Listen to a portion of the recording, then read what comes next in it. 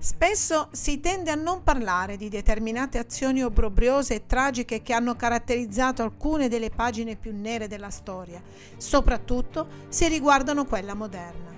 Certo, parlare di storia moderna o quasi contemporanea è molto più difficile e occorre essere più cauti nel dare giudizi rispetto a quando si analizzano eventi storici più lontani nel tempo. La damnatio memoria è una locuzione latina che significa letteralmente condanna della memoria. Nel diritto romano, la damnatio memoria era la pena della cancellazione di qualsiasi traccia riguardante una determinata persona, come se essa non fosse mai esistita. Si trattava di una pena particolarmente aspra, riservata soprattutto ai traditori e agli hostes, ovvero i nemici del Senato romano. Ovviamente era destinata a uomini famosi e potenti, nonché di alto lignaggio, per i quali essere dimenticati era un'onta gravissima riguardante il soggetto, la famiglia, la gens.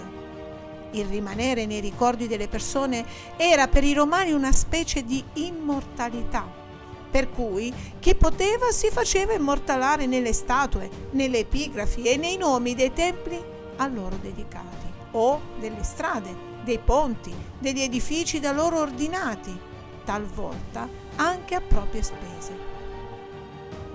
Cosa accadeva quando il condannato era un personaggio famoso? Quando apparteneva ad un ceto sociale molto elevato? Bene, ci si accontentava di sfigurarne il volto e di tagliare la testa delle statue o dei bassorilievi che lo raffiguravano.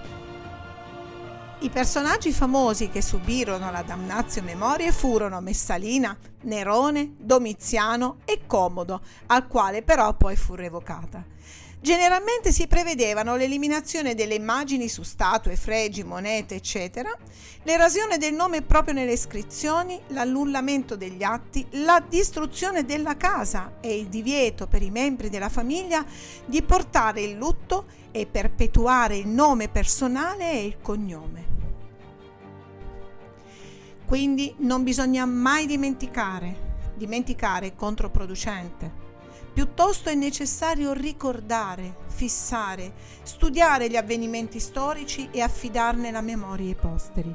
Occorre insegnare loro come muoversi saggiamente nella storia e dunque non bisogna cancellare la storia, ma renderla indelebile.